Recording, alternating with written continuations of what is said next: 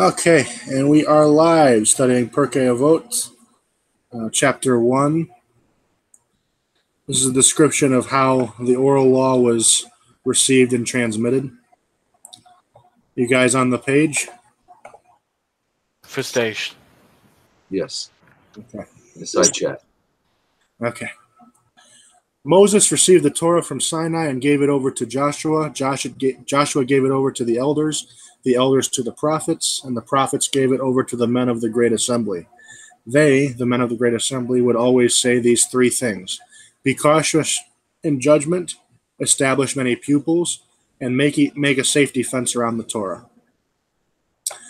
Shimon the righteous was among the last surviving members of the great assembly. He would say, the world stands on three things: Torah, the service of God, and deeds of kindness. Antigonus of Sochos received the tradition from Shimon the righteous.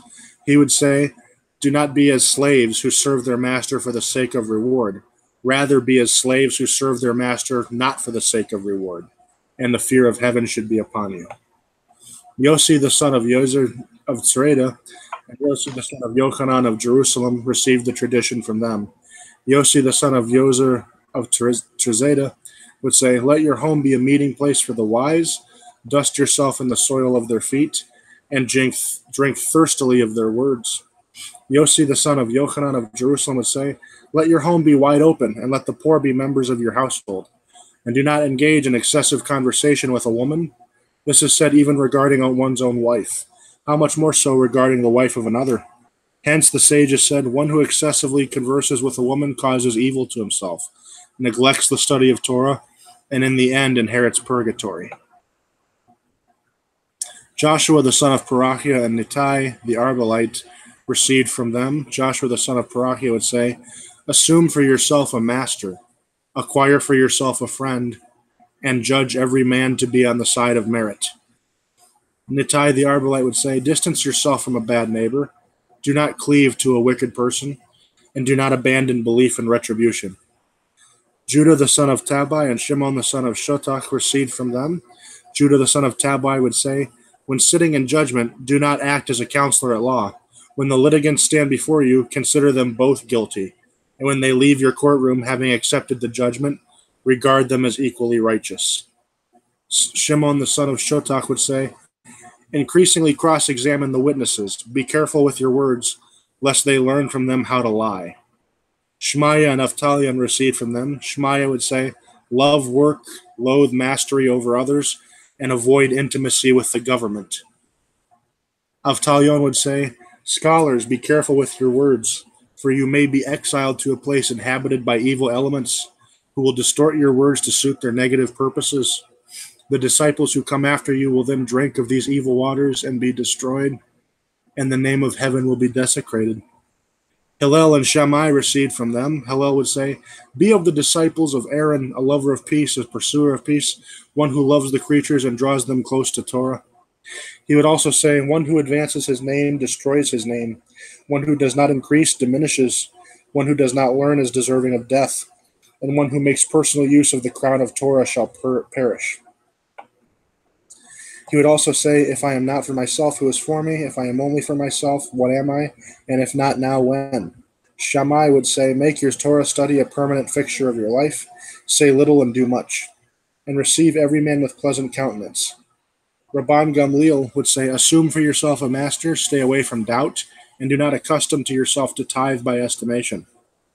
His son Shimon would say, all my life I have been raised among the wise, and I have found nothing better for the body than silence. The essential thing is not study but deed, and one who speaks excessively brings on sin. Rabbi Shimon, the son of Gamliel, would say, by three things is the world sustained: law, truth, and peace. As it is stated in Zechariah 8:16, truth and the judgment of peace you should administer at your city gates. That's the end of chapter 1. Fellas? Okay, number 5. Pardon me. What's it, 5? Hang on there. I was thinking you were going to go right for 10. I was gonna talk about engaging with conversation with a woman. Where am I here? Where was that? It's in 5. It's 5? Okay. Yeah, this is said even regarding one's. I'm not saying I don't like talking to my wife, but I'm not sure the reasons I would have would be the same reasons the Rambam would have. Why is number 5? Why is that? Well, this isn't the Rambam. This is about 800 years before the Rambam. Oh. This is the sages, Chazal, the Sanhedrin. We're in the Talmud. Okay. Yes. Okay, so we are, yeah. Okay, then why this is said even regarding one's own wife? Because it's distracting. It's distracting, and it takes away from Torah study. It takes away from doing the things you should be doing. It doesn't say you can't talk to your wife at all. It just says excessively. If all you do is hang around with your wife and talk to her, you're not going to work every day. You're not getting anything done. Understandable. And it excessively converses with a woman that he's not related to. I mean, you can only imagine what kind of problems that can lead to. Fun problems. No. Just yeah, this it starts off strong. I mean, I like this is a good I like this chapter. Number 10 is pretty good. Avoid intimacy with government. Oh yeah. That's a lovely one. Well, who is the government? And they were writing this in a place called Tiberias, where I used to live, actually, around the year 200. It was the Romans. Of course, you don't want to be intimate with the Romans. They were absolute animals. I like the fact number 8 is very nice. It's like, okay, we're gonna sit in judgment. They're okay, guilty, but once everything's done, once the dust is settled, go about your day, go about your lives. Don't look down on them. They're both righteous. End the story. That's it. Don't hold a grudge. It seems like don't look down on them. It just I like that. Yeah, I think that's a very nice way of looking at things. for sure. Is there anything in particular that you think should be highlighted here? Something that we should maybe keep in mind, or something that should be known? No, so I like 16. Assume for yourself a master, meaning a teacher. Stay away from doubt. Doubt is a bad thing. Doubt is not only a negative thing, it causes your faith to waver. Do not accustom yourself to tithe by estimation. So when you give your 10% of your income to charity every year, don't do it by estimation. Be precise so that you don't give too little or too much. Yes, very good. Yes. Yeah. Anybody else have anything? When it speaks of advancing one's name, would that be the same way as putting one's name up in lights? Don't seek to be a glory hound or make yourself too famous. Stay humble, peasant. All right. I'll post chapter 2 here in the side chat.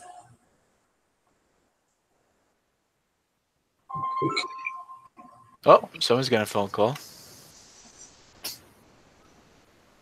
When we read this one, or you got it, or If you want to, go ahead. Yeah, go ahead. sure. In a second.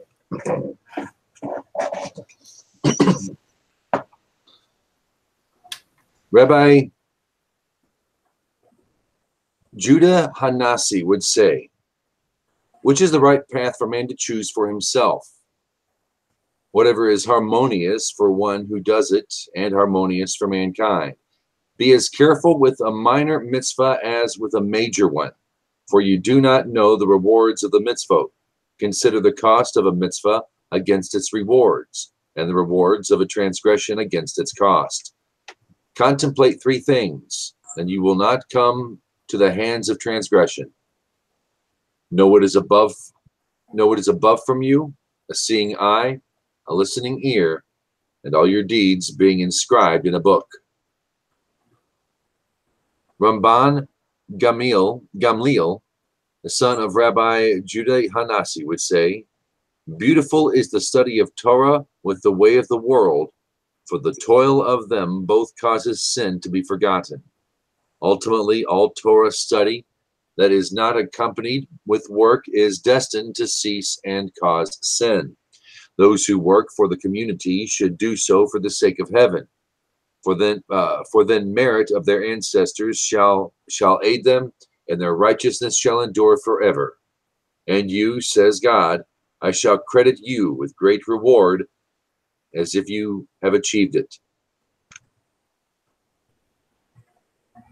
Be careful with government, for they befriend a person only for their own needs. They appear to be friends when it is beneficial to them, but they do not stand by a person at the time of his distress. He would also say, make that his will should be your will, so that he should make your will to be his will. Nullify your will before his will, so that he should nullify the will of others before your will. Hillel would say, do not separate yourself from the community. Do not believe in yourself. Do not believe in yourself until the day you die. Do not judge your fellow until you have stood in his place. Do not say something that is not readily understood in the belief that it will ultimately be understood, or do not say something that ought to not be heard even in the strictest confidence, for ultimately it will be heard. And do not say, when I free myself of my concerns, I will study, for perhaps you will never free yourself. He would also say, a boor cannot be sin-fearing. An ignoramus cannot be pious. A bashful one cannot learn. A short-tempered person cannot teach. Nor does anyone who does much business grow wise. In a place where there is no men, strive to be a man. He also saw a skull floating upon the water. So he said to it, because you drowned others, you were drowned, and those who drowned you will themselves be drowned. He would also say, one who increases flesh increases worms, one who increases possessions increases worry, one who increases wives increases witchcraft, one who increases maidservants increases promiscuity, one who increases manservants increases thievery, one who increases Torah increases life, one who increases study increases wisdom, one who increases counsel increases understanding, one who increases charity increases peace, one who acquires a good name acquired it for himself, one who acquires the words of Torah has acquired life in the world to come. Rabban Yochanan, the son of Zakkai, received the tradition from Hillel the Shammai. He would say, if you have learned much Torah, do not take credit for yourself. It is for this that you have been formed. Rabban Yochanan, the son of Zakkai, had 5 disciples. Rabbi Eliezer, the son of Hyrcanus, Rabbi Joshua, the son of Hananiah, Rabbi Yossi, the Cohen, Rabbi Shimon, the son of Nathaniel, and Rabbi Eleazar, the son of Arach. He would recount their praises. Rabbi Eleazar, son of Hyrcanus, is cemented cistern that loses not a drop. Let me try that again. Rabbi Eleazar, son of Hyrcanus, is a cemented cistern that loses not one drop. Rabbi Joshua, the son of Hananiah, fortunate is she who gave birth to him. Rabbi Yosei, the Cohen, a chassid, a pious one. Rabbi Shimon, the son of Nathaniel, fears sin. Rabbi Eleazar ben Arach is an ever increasing wellspring. Rabbi Yochanan used to say, if all the sages of Israel were to be in one cup of a balanced scale, and Eliezer, the son of Hyrcanus, were in the other, he would outweigh them all. Abba Shaul said in his name, if all the sages of Israel were to be in one cup of a balanced scale, Eliezer, the son of Hyrcanus included, and Eliezer, son of Arak, were in the other, he would outweigh them all. Well, 10. Rabbi Yochanan said to them, go and see which is the best trait for a person to acquire.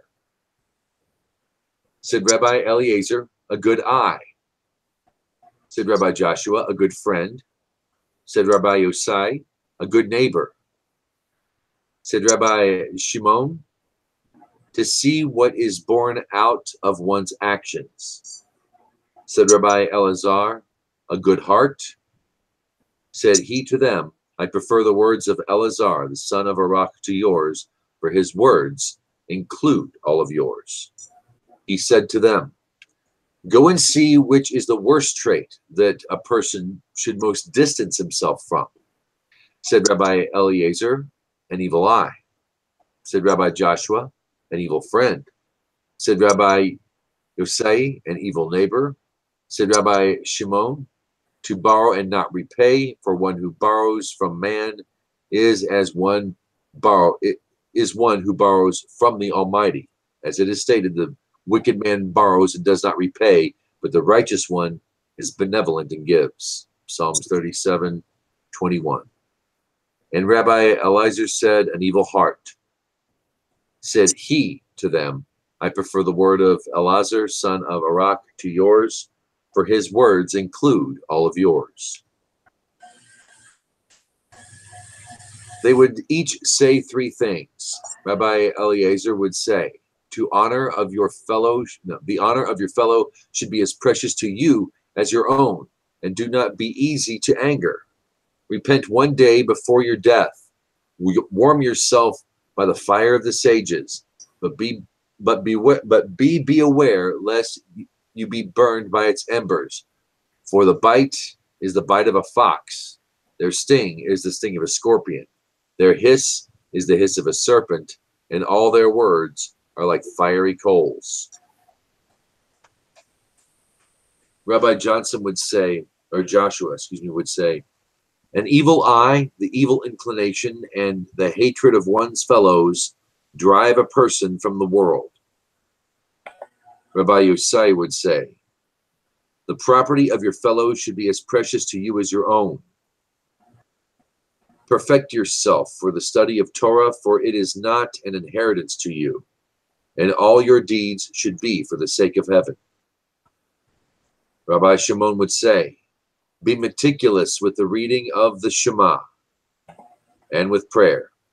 When you pray, do not make your prayers routine, but an entreaty of mercy and a supplication before the Almighty, as it is stated, for he is benevolent and merciful, slow to anger and abundant in loving kindness, and relenting of the evil decree. That's Joel 2:13. And do not be wicked in your own eyes. Rabbi Elazar would say, be diligent in the study of Torah. Know what to answer a heretic, and know before whom you toil, and who is your employer, who will repay you the reward of your labors. Rabbi Tafran would say, the day is short, the work is much, the workers are lazy, the reward is great, and the master is pressing. He would also say, it is not incumbent upon you to finish the task, but neither are you free to absolve yourself from it. If you have learned much Torah, you will be greatly rewarded, and your employer is trustworthy to pay you the reward of your labors. And know that the reward of the righteous is in the world to come.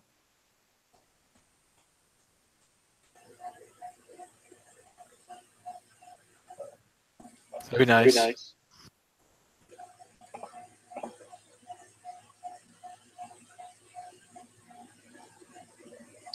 So what do we think, fellas? All right. Let's see.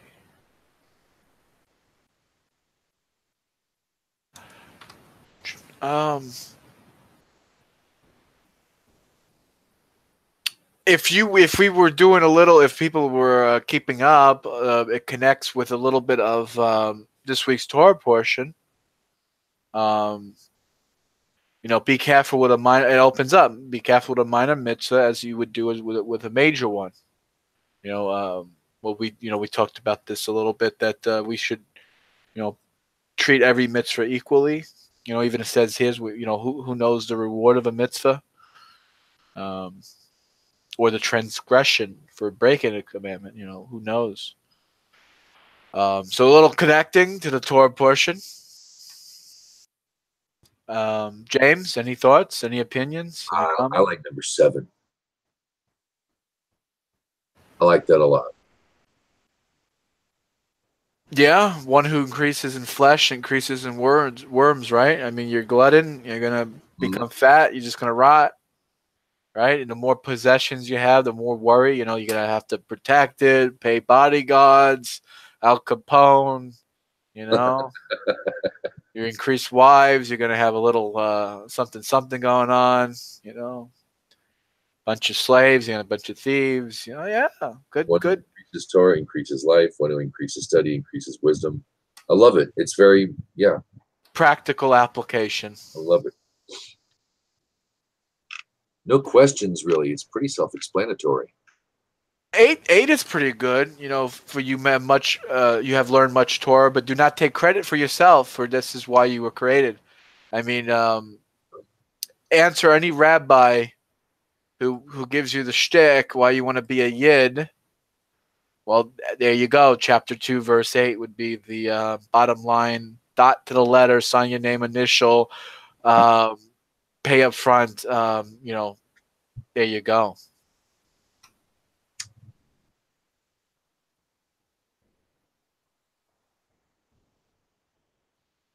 Yeah, it's good. I would like to know your opinion, Rabbi. Is there something we're missing? Is there something that we should, out of anything? Is there anything that you would like to highlight, call out on? I like level number 11 is pretty good. The Rabbi Yeshua would say, an evil eye, an evil inclination, and the hatred of one's fellow drives a person from the world. I mean, that's, woof, that's deep. The words of the sages are like coals, hot fire, embers. They can be burnt.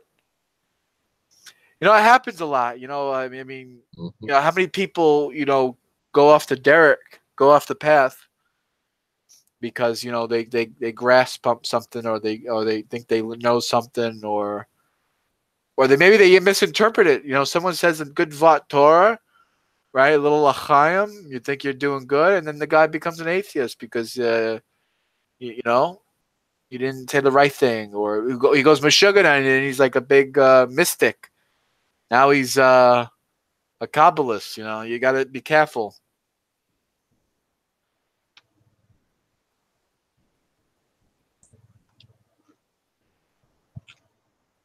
I thought number 15 was kind of funny. I got a little chuckle out of it. Rabbi Tarfon would say, "Day is short, work is much, the workers are lazy, and the reward is great, and the master is pressing." Amen, hallelujah to that one. Right? In the commentary here, Rabbi Yehuda Hanassi, compiler of the Mishnah, is referred to in the Talmud as Rabbi. That's true. Hanassi isn't part of his name; it's his title. It's Rabbi Judah the Prince. Oh, I've heard of. Okay, right. He's a big rabbi. Yeah. Yehuda the Prince compiled the Mishnah. Okay. Yeah. He was the head of the Sanhedrin.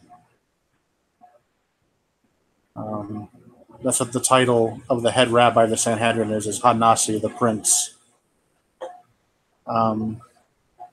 Rabbi Eliezer would say, repent one day before your death.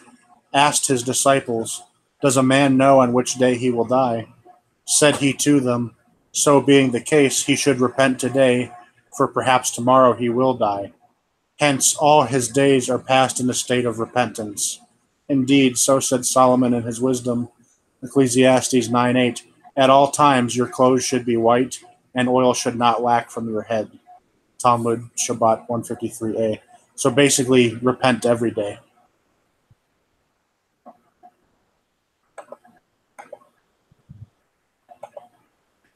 Yeah, Ecclesiastes, man, doesn't get any better than that. I know I'm a little late in this, but removing doubt is a solid thing. Yeah. I have a personal gig with that because doubt really gets you nowhere. There's a natural doubt, I think, in all people, or skepticism maybe, but doubt is unfulfilled skepticism.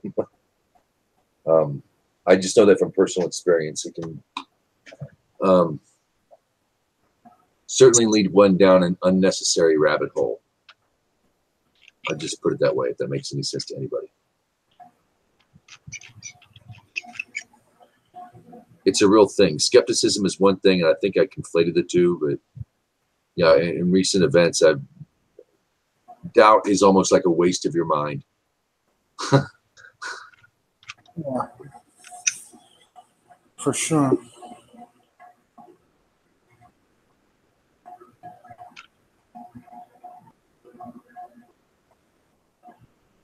Okay. Chapter 3.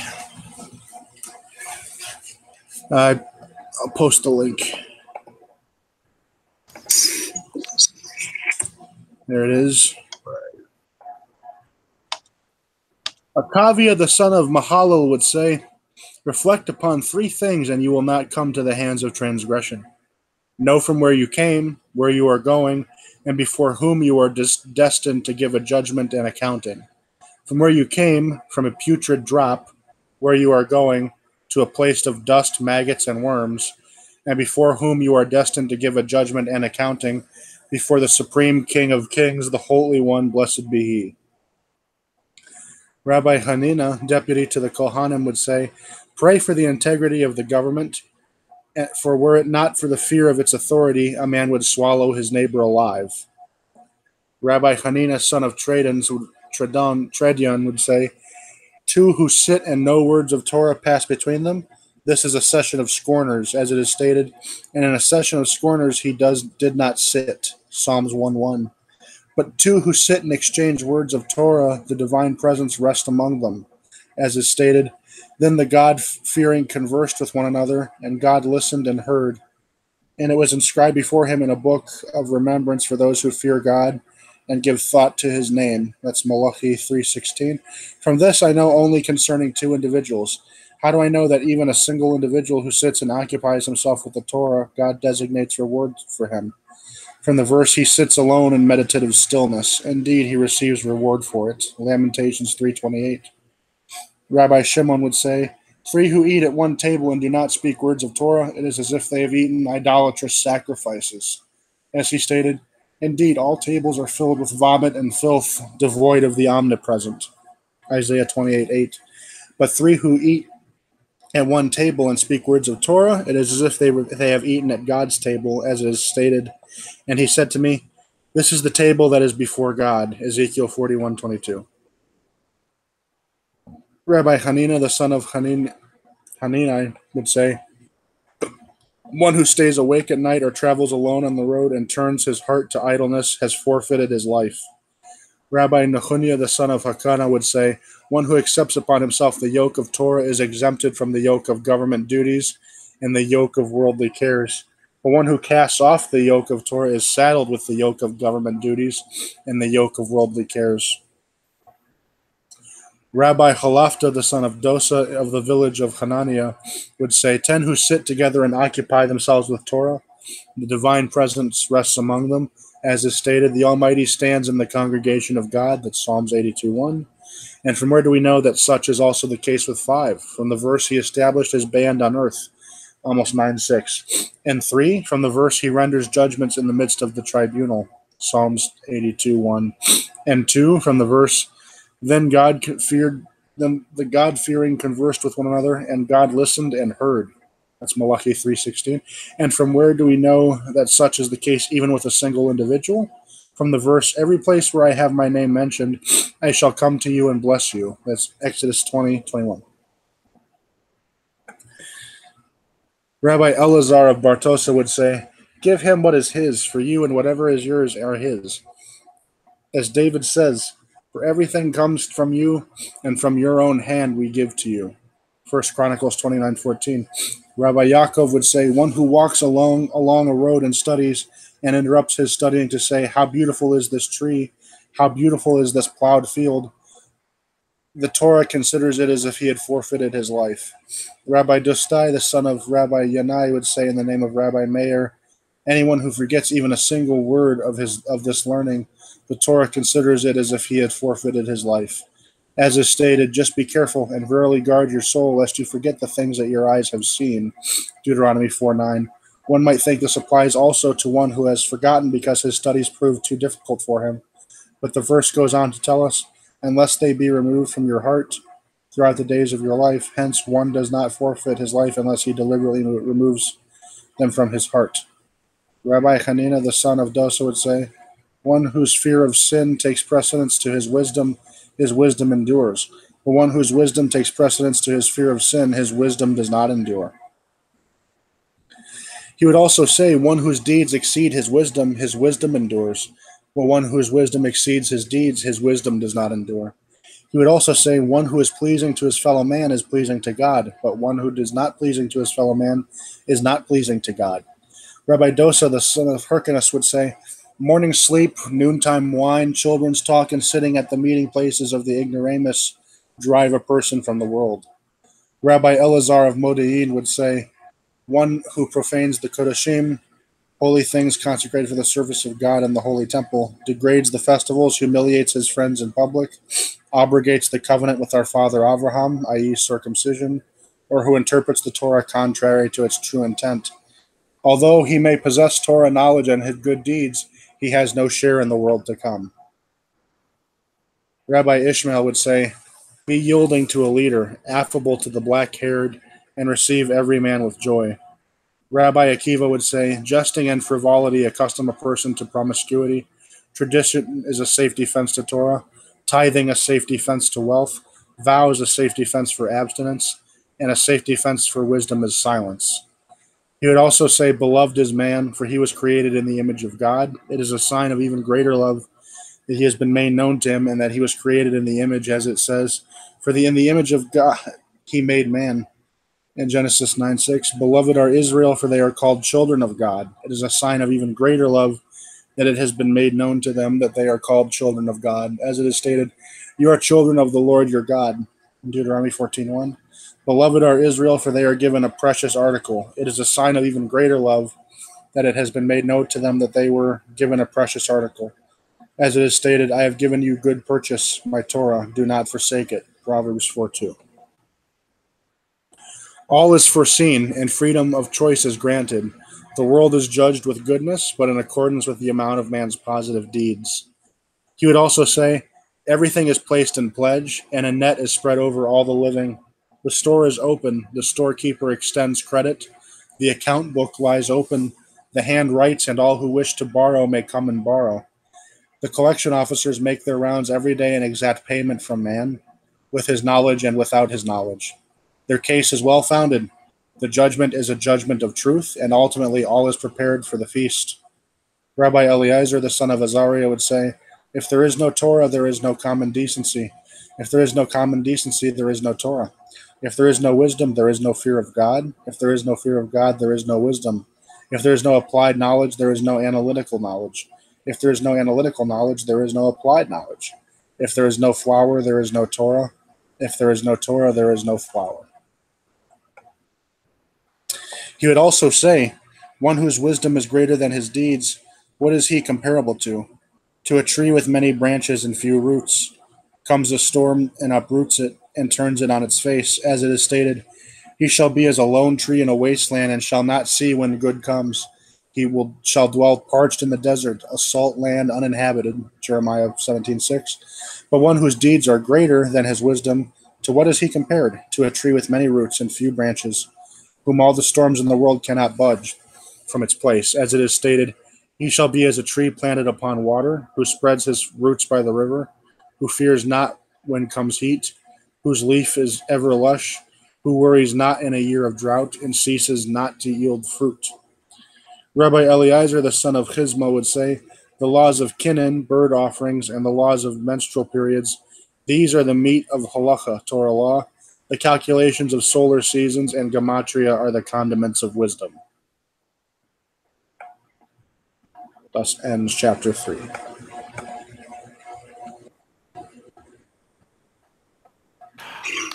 I dig it. I like the fact that it's a healthy balance. We kind of ragged on we kind of gave the government a kind of a 1-2 punch, but here it states that if it was not for if it wasn't for the fear of government, man would eat man alive. So I mean, it's sort of like, okay, we gave the government a little something on the other one, but now I like that about ethics of the fathers, balanced, objective. 18 is wow. It ends off high. The meat of halacha is menstruals, the bird orphans and natural, yeah. Yeah, The condiments of the gematria and solar seeds. yeah, that's heavy. Or it comes off heavy anyway. All right, solar seasons, menstrual periods. I can see telling time. I guess we need to study the menstrual periods. I'm not so sure why the laws of bird offerings were so important to him. They hadn't been done in about 150 years when he wrote that. So I'm not sure why that's considered so important.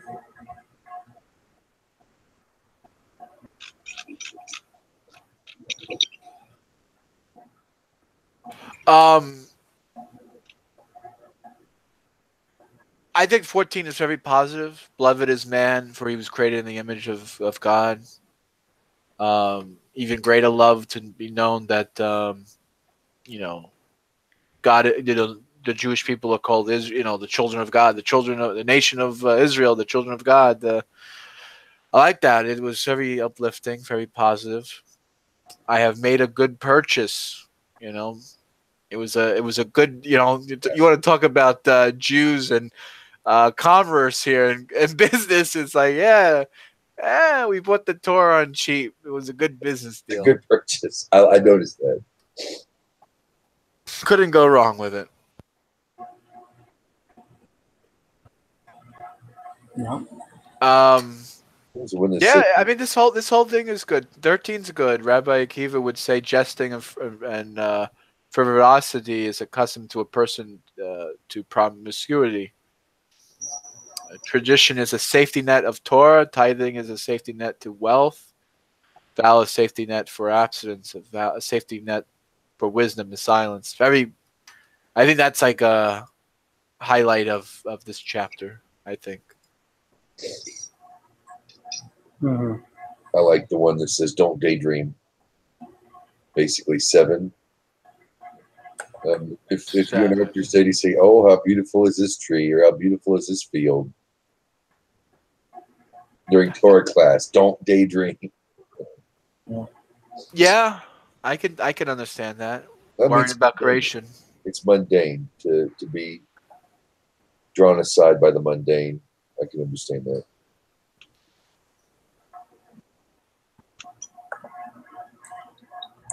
I'm a little perplexed. I don't know if perplexed is the right word. Number 8, one who forgets even a single word of his learning. The Torah considers it as if he forfeited his life. As is stated, just be careful and verily guard your soul, lest you forget things that your eyes have seen. Deuteronomy 4:9.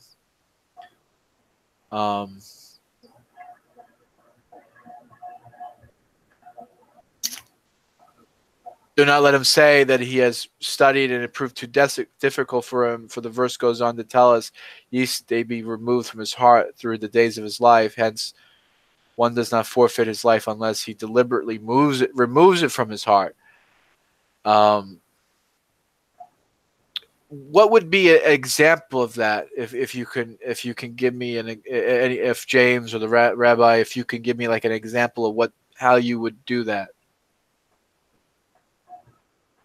Remove the Torah from one's heart.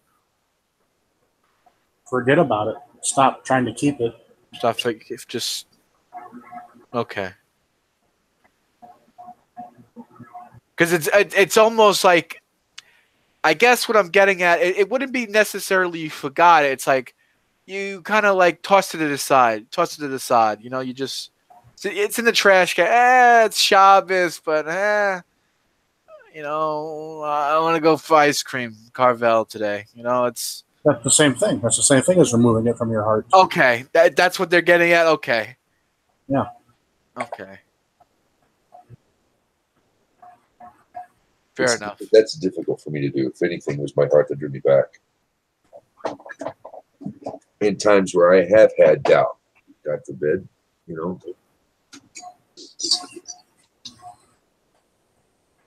It really was. It's hard to shake it. It's really hard to shake it. I would hate to know the circumstances one could be in. Yeah, I would like to know that the circumstances one would have to be in to actually. I mean, you talk about this sometimes, James, about you have friends who, you know, they take a trip to Israel, Yeah, and they come back starch atheists. Pretty much. It's happened to two friends of mine. It's like, what? I mean, what the? You know what I mean? It's. I had my moments of doubt, and I don't know how you could shake it. I don't know how you could. I can't. I've had perfect opportunity.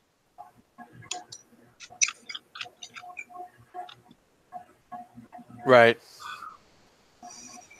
Number 5 is basically saying, you know, you have to be a slave to something. One who accepts the yoke of Torah is exempt from the yoke of government. It's almost like, you know, give to Caesar what is Caesar type of thing, you know, if you want to connect it to that.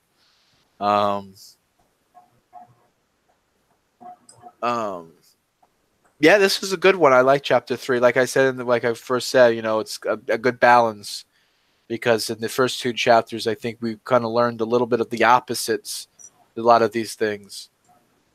And now we sort of got the other side, how to look at it from the reverse.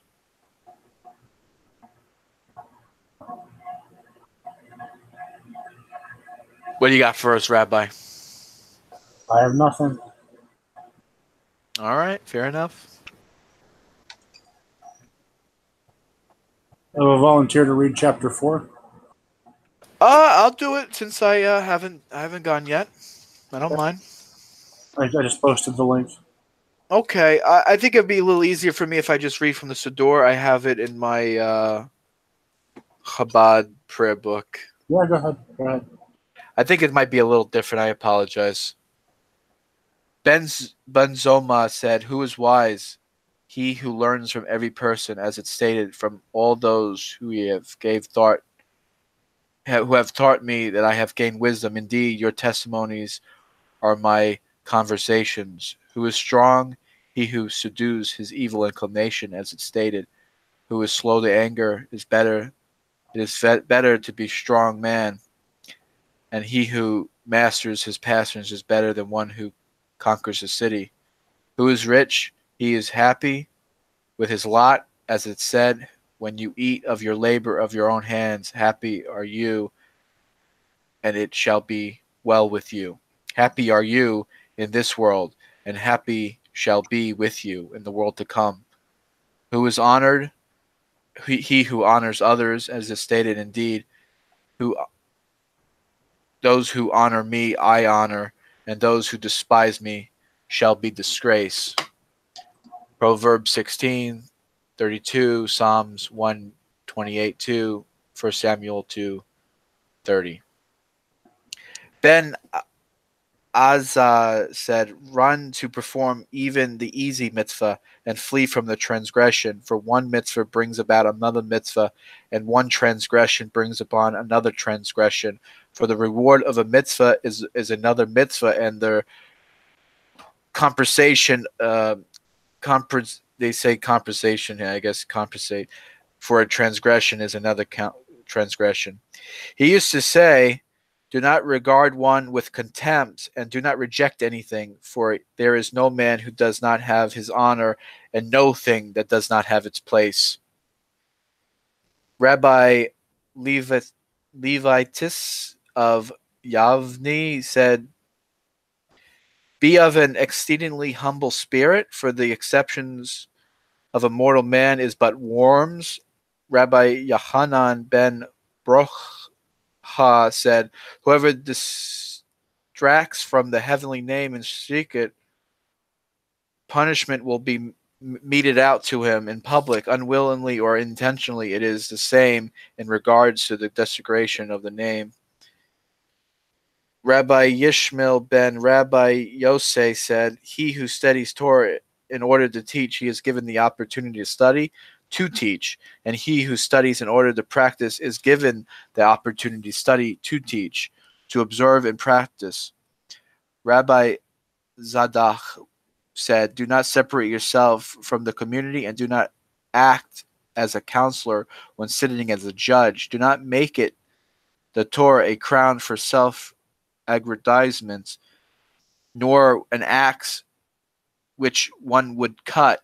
So too, Rabbi Hillel used to say, "He who exploits the crown of Torah for his own means shall perish." Indeed, you have learned from this, whoever derives personal gain from the words of Torah removes himself from the world to come.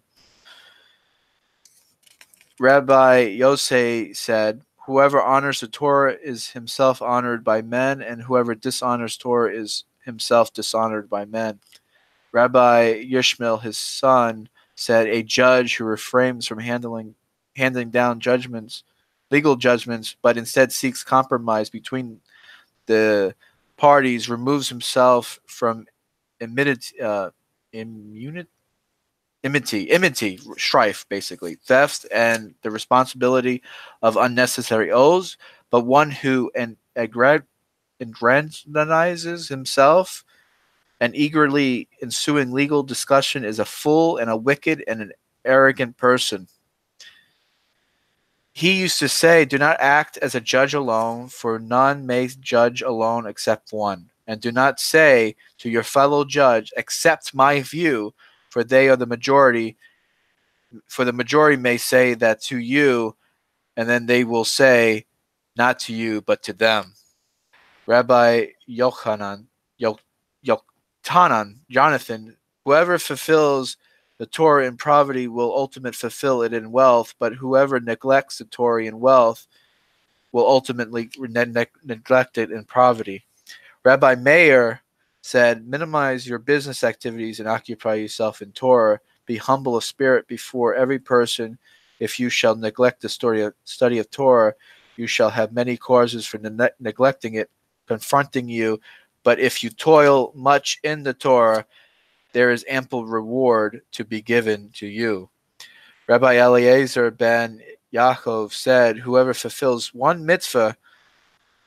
even one mitzvah, acquires for himself an advocate. And he who commits to a transgression acquires for himself an accuser. Repentance and a good deed are the shields against retribution." Rabbi Yochanan Has Sandalar said, "Every assembly whose purpose is for the sake of heaven is abiding results, will have abiding results, but which is not for the sake of heaven will not abide in results." Rabbi Eliezer ben Shemulia said, let the honor of your student be as dear to you as your own honor, and let the honor of your colleague and the reverence of your teacher be the reverence for your teacher and for the fear of heaven. Reverence of your Be like the reverence for your teacher, and the reverence for your teacher be as the fear of heaven. Rabbi Yehuda said, be cautious in the study, for unwittingly errors in the observance due to insignificant study is accounted for as a wanton transgression. Rabbi Simon said, there are 3 crowns, the crown of Torah, the crown of priesthood, and the crown of kingship, but the crown of a good name suppresses them all. Suppresses them all. Rabbi Niharai said, exile yourself from the place of Torah, and do not assume that it will come after you, for it is your colleagues who, through the discussions and deliberations, will cause you to be clearly established within you, and do not rely on your own understanding. Rabbi Yani said, we are unable to understand either the well-being of the wicked or the I don't know what that says, tributations of the righteous. Rabbi Matya ben Harash would say, be the first to extend greetings to everyone you meet, and rather be a tail of a lion than the head of a fox. Rabbi Yaakov said, this world is like an antechamber before the world to come. Prepare yourself in the antechamber so that you may enter the banquet hall. He used to say, 1 hour of repentance and good deeds in this world is better than the life in the world to come. For 1 hour of bliss in the world to come is better than all the life of this world. Rabbi Simon ben Elazar said, do not placate your fellow in the moment of his anger. Do not confront him while he is dead lies before him. Do not question him about the details of his vows at the moment of when he makes it. Do not seek him at the time of his degradation. Shmuel Hakatan would say, when your enemy falls, do not rejoice. And when he stumbles, let your heart not be gladdened. Yeast, the Lord will see it, and it will be displeasing to him, and he will divert his wrath to you. Elisha ben Avula would say, he who studies Torah as a child to what he can comprehend, the ink written fresh on paper, and he who studies Torah as an old man, to what could he be compared to? To the ink written on paper that has been erased. Rabbi Yassi ben Yehuda of Kafar Habavil said, he who learns Torah from a young, who can he be compared to? To one who eats unripened grapes or drinks wine from his vat, while he who learns from Torah of an old what can he be compared to? The one who eats ripened grapes and drinks aged wine. Rabbi Meir said, do not look at a vessel, but rather to what it contains. There may be a new vessel filled with aged wine, and an old vessel which has even new wine. Rabbi Azar HaKapor said, envy, lust, and honor seeking will drive a man from this world. He used to say, those who are born are destined to die. Those who are dead are destined to live again. And those who live again are destined to be judged. Therefore, let man make known before, and become aware that he is God, that he is a fashioner, he is a creator, he is a discerner, he is a judge, he is a witness, he is a plaintiff, he will be hereafter and will sit in judgment. Blessed is he before who has no iniquity, nor forgetting, nor partially, nor bribe taken, nor that he will know all according to the reckoning. And he will know all according to the reckoning, and let not your evil inclination assert assume that you will be that the grave will be the place of your refuge.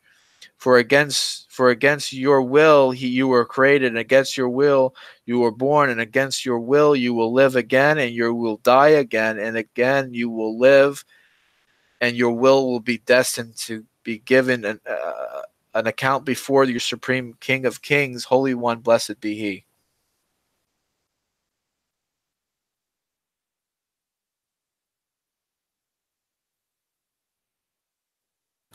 I apologize, man. Oof, that is easy as I it had a big looks. cringe moment in 13. Rabbi Yehuda would say, "Be careful of your studies, for an error of learning is tantamount to a willful transgression." There have been times when I have misquoted. I got something completely wrong, and I went off and talked about it. And, oh man, cringe-worthy. It's almost like you like popped your own balloon. It's like you almost shitting your own cornflakes. Yeah, It's like it sucks. I know what you mean.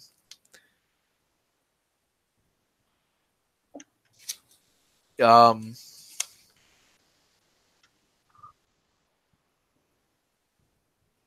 man, I mean, it's just it's packed. Oh man, it's so I don't even know what even to say. It's do not act alone. Number 8, do not act alone.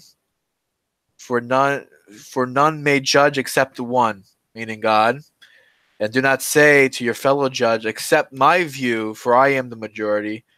For they may say that it is for you, but not for them. I mean, it's like, how many times that we think, I don't know, how we just think it's my view, right? It's just, we're stuck in, listen to me, listen to me, listen to me. yeah. And it basically saying it's not about the majority. It's not about just one out of, 1 against 10, 10 against 1. It's really, don't, it's God who, go ahead, James. No, there have been times when I wanted to inquire on the point of view of folks, and the only response I got was, well, or it's like it's frustrating, where they say, well, if you believe that, then you're just against the Torah. It's like, well, explain to me how I'm against the Torah. If I'm wrong, let me be corrected. But it's just, it's like Bible thumping. So frustrating. Yeah, I see that both ways. Yeah, I see that a lot. Where in Torah? How am I messing up Torah? Where? Show me. And you, I mean, you've been through it more than anyone else. And I mean, if you even got that, I like your line.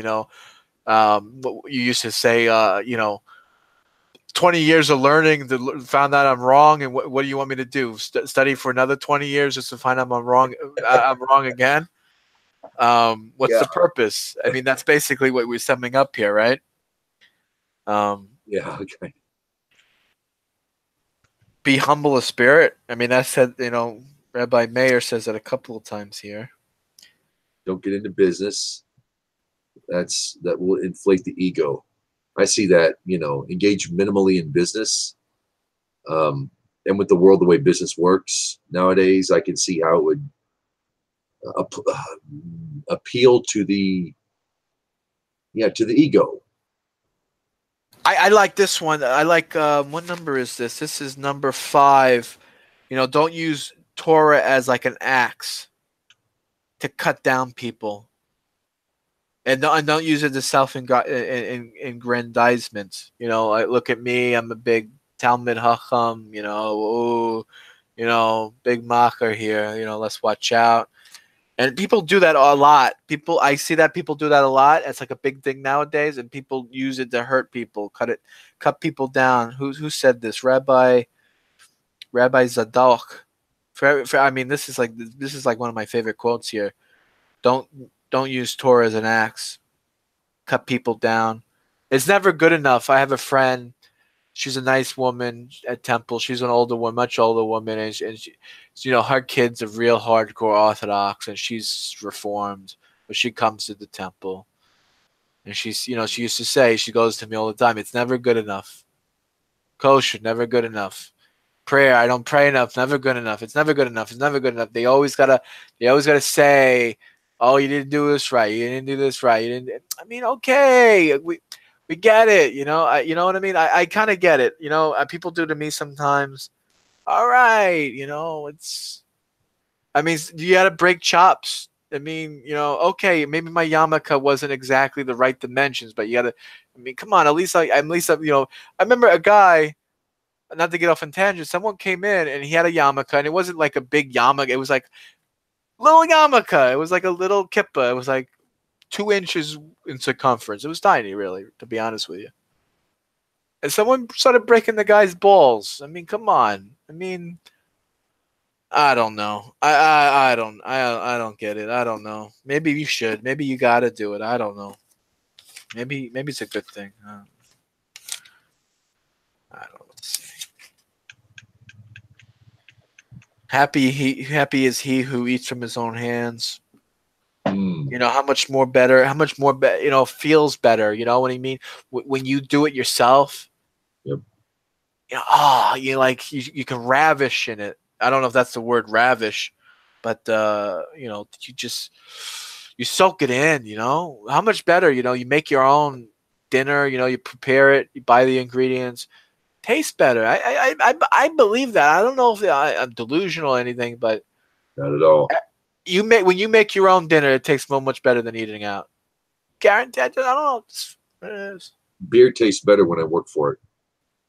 There you go. When I get chores done, or when I mow the lawn, then a nice cold beer is perfect. But farting around the house and I open a beer, it's in comparison. Number 1 is good. One who subdues, who is considered strong. One who subdues Satan. I found that very good. That's a very powerful statement. And that's to say that we have Satan. There's some, I don't know. There's some theologies out there, beliefs that you can be born a perfect tzaddik. Never have Satan. Could you imagine the concept? Never be born without no Satan in you. Okay, good. King David was born without Satan. Some people, it's a Chabad belief. Moses had no Satan in him. King David, Rebbe, never sinned. JC.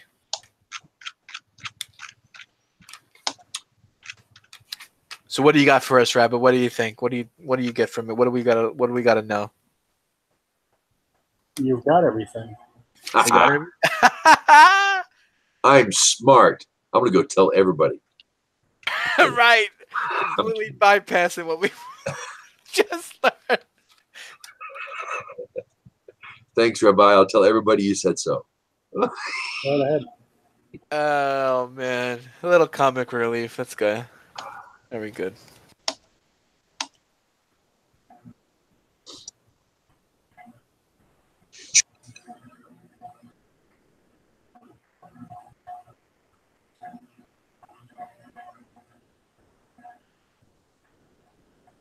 Someone's gonna do chapter 5. Who we got? Rosalie? Is Rosalie here tonight? Where is everyone?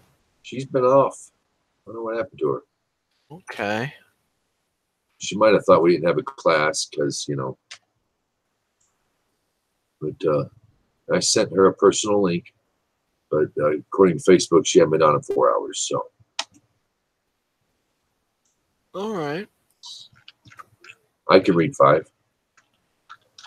Please do. All I need is a link. I guess I can go back here. I posted it. That's good. There it is. Okay.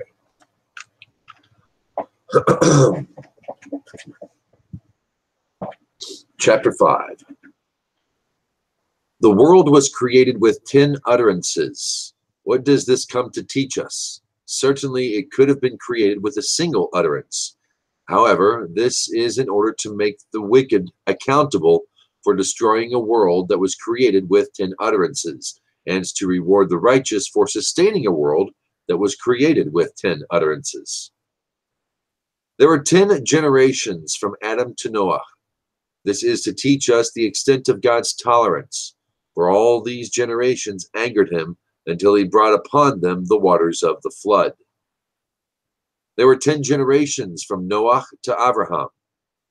This is to teach us the extent of God's tolerance, for these generations angered him until Abraham came and reaped the reward for them all.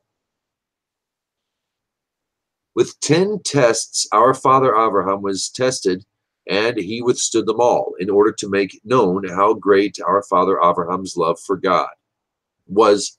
In order to make known how great was our father Abraham's love for God. 10 miracles were performed for our forefathers in Egypt, and another 10 at the sea. 10 afflictions were wrought by God upon the Egyptians in Egypt, and another 10 at the sea.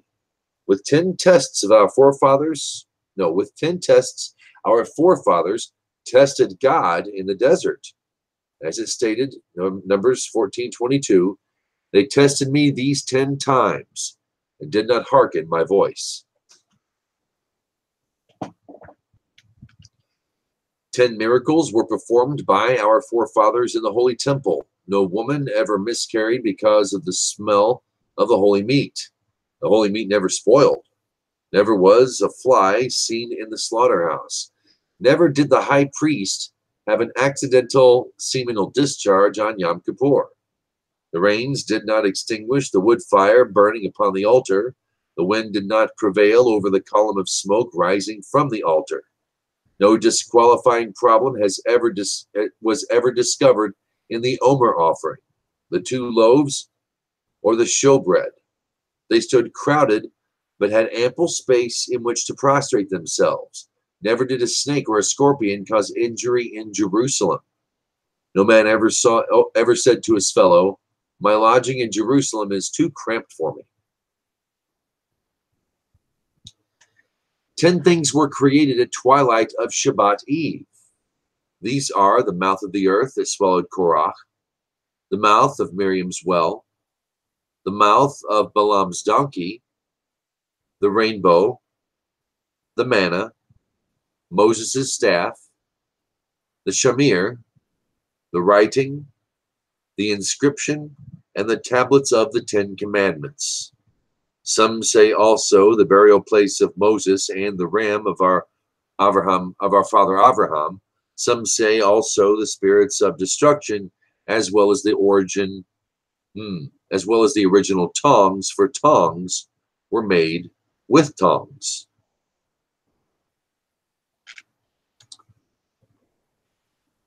There are 7 things that characterize a boor, and 7 that characterize a wise man.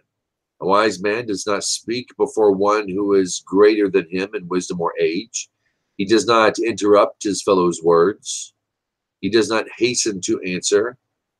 His questions are on the subject and his answers to the point. He responds to first things first and to latter things later. Concerning what he did not hear, he says, "I did not hear." He concedes to the truth. With the boor, the reverse of all of these is the case. 7 types of retribution come to the world for 7 types of sin. When some tithe and others don't, a hunger caused by turmoil ensues. Some are hungry, others have their fill of food. When all are unanimous in their failure to tithe, a hunger by drought ensues.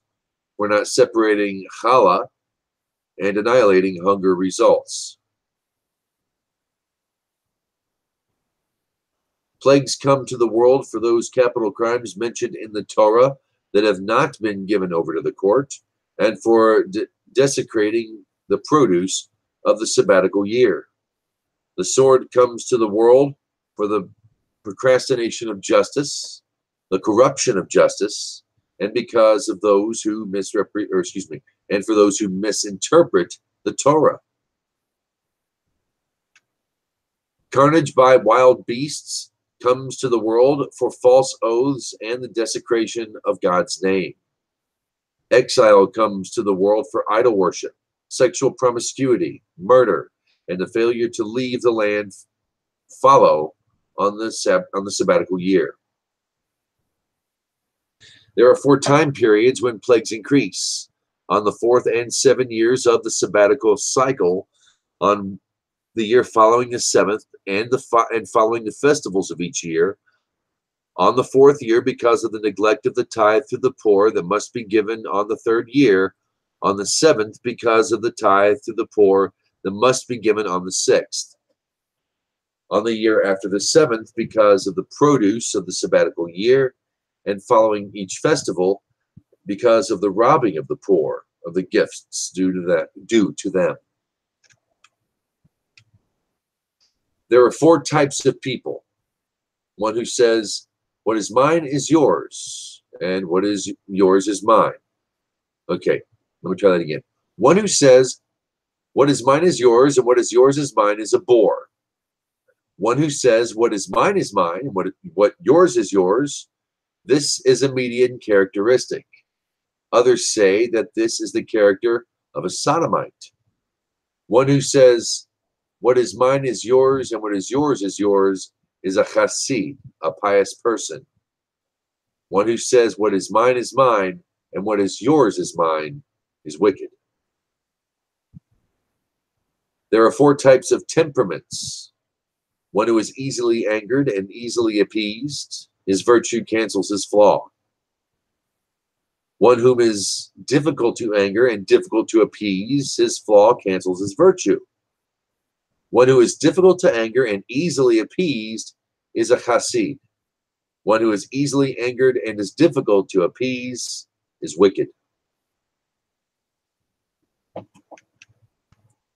There are 4 types of student. One who is quick to understand and quick to forget. His flaw cancels his virtue. One who is slow to understand and slow to forget. His virtue cancels his flaw. One who is quick to understand and slow to forget, he is a good portion.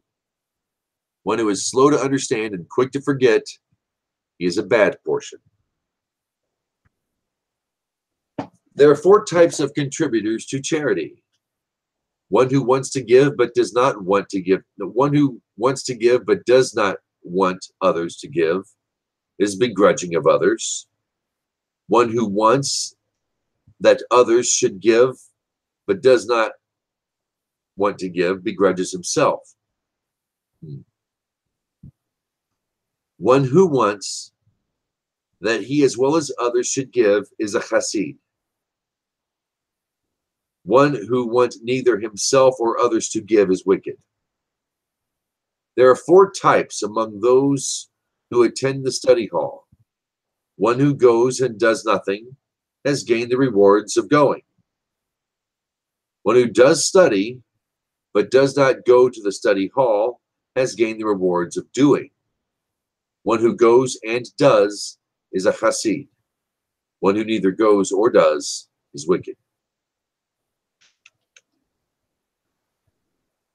There are 4 types among those who sit before the sages: the sponge, the funnel, the strainer, and the sieve. The sponge absorbs all. The funnel takes in at one end and lets it out the other. The strainer rejects the wine but retains the sediment. The sieve rejects the coarse flour and retains the fine flour. Any love that is dependent on something, when the thing ceases, the love also ceases. But a love that is not dependent on anything never ceases. What is an example of a love that is dependent on something? The love of Aman for Tamar. And one that is dependent on anything? The love of David and Jonathan. Any dispute that is for the sake of heaven is destined to endure. One that is not for the sake of heaven is not destined to endure. Which is a dispute that is for the sake of heaven, the disputes between Hillel and Shammai, which is a dispute that is not for the sake of heaven, the dispute of Korach and all his company. One who causes the community to be meritorious, no sin will come by his hand. One who causes the community to sin is not given the opportunity to repent. Moses was meritorious and caused the community to be meritorious. So the community's merit is attributed to him, as is stated, he did God's righteousness and his flaws with Israel and his laws. He did God's righteousness and his laws with Israel. Deuteronomy 33:21. Jeroboam, the son of Nebat, sinned and caused the community to sin. So the community's sin is attributed to him, as it is stated, for the sins of Jeroboam, which he sinned and caused Israel to sin. 1 Kings 15:30. Whoever possesses the following three traits is of the disciples of our father Abraham, and whoever possesses the opposite three traits is of the disciples of the wicked Balaam. The disciples of our father Abraham have a good eye, a meek spirit, and a humble soul. The disciples of the wicked Balaam have an evil eye, a haughty spirit, and a gross soul.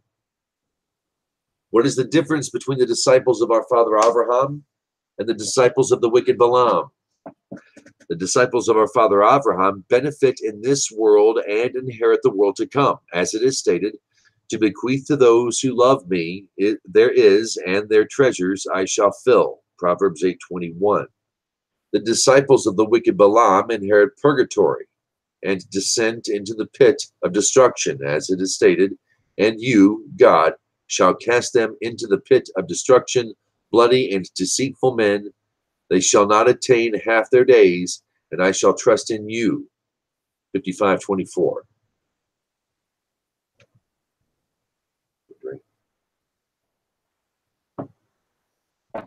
Judah, the son of Tamar, would say, be bold as a leopard, light as an eagle, fleeting as a deer, and mighty as a lion, to do the will of your Father in heaven. He would also say, the brazen to purgatory, the bashful to paradise. May it be your will, Lord our God, and God of our fathers, that the holy temple be rebuilt speedily in our days, and grant us our portion in your Torah. Ben Bagbag would say, delve into it, for all is in it. See with it, grow old and worn in it. Do not budge from it, for there is nothing better. Ben Hai would say, according to the pain is the gain. And finally, 22, he would also say 5 years is the age for the study of Scripture, 10 for the study of Mishnah, 13 for the obligation to observe the mitzvot, 15 for the study of Talmud, 18 for marriage, 20 to pursue a livelihood, 30 for strength, 40 for understanding, 50 for counsel, 60 for sagacity, 70 for elderliness, 80 for power, 90 to stoop. 100-year-old is as one who has died and passed away and has been negated from the world.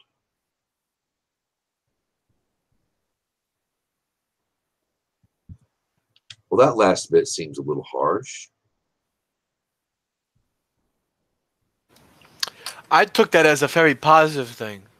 What, 100-year-old is one who had died and passed away and has been negated from the world. Yeah.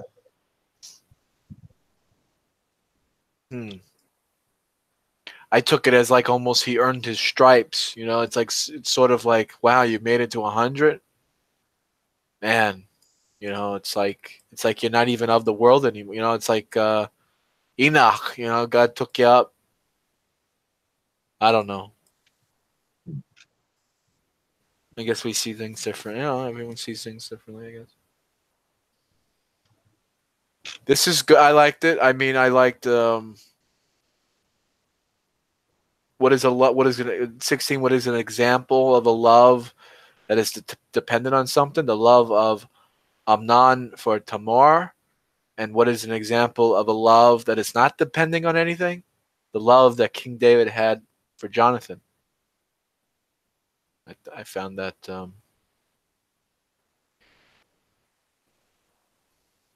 Again, 19. I thought 19 was good, James. I mean, 19's a good one. What it means to be a child of Abraham. What it means to be a Yid. What it means to be a Goy. I mean, I guess it's in the not so politically correct terms. I don't know. 19. What do you think?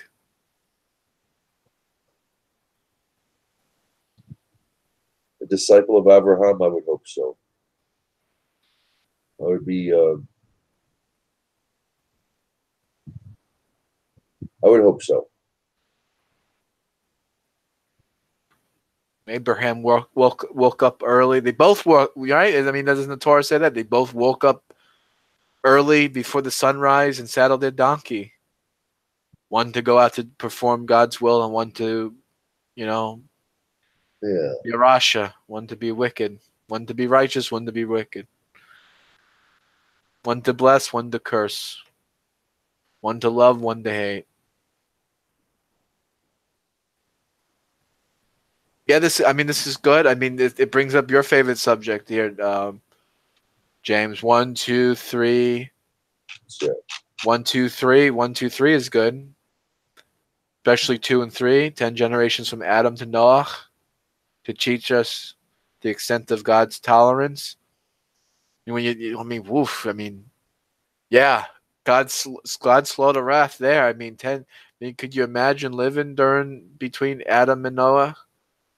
I mean, it's just wow, you know what I mean? And then what was the point of 10 generations from Noah to Abraham? To teach us of God's tolerance again. God's tolerant. Yep. I like that it's a misnomer that there's 10 plagues of Egypt. There are actually, according to here, 10 to 30, 40, 30 miracles / plagues, whatever you want to call them, things. 10 at the seashore. Sally sells seashells by the seashore. God performs miracles at the seashore. Let's see. I don't know, James. What do you got, man? What do you like? What are you digging? What do you got for us? What I'm going to say is going to sound extremely goyish. Oh, go for it. I like it. This is like reading the Tao Te Ching. There is so much balance. Well, I went there with the other. I mean, I said that early in the hangout, didn't I? I mean, it does come off balanced. It does. He's giving you right, left, and center every time. Yeah. For number 6, one of the items listed of the on Shabbos Eve, Erev Shabbat, one of the things it lists is a shamar. That's allegedly a very mystical, spiritual creature. I did a couple of studies on that. Very interesting. What is this Shamir? It's supposed to be like this very tiny insect, and it has like a sharp nose, if I remember correctly, and it was able to, you know how like the jewels on the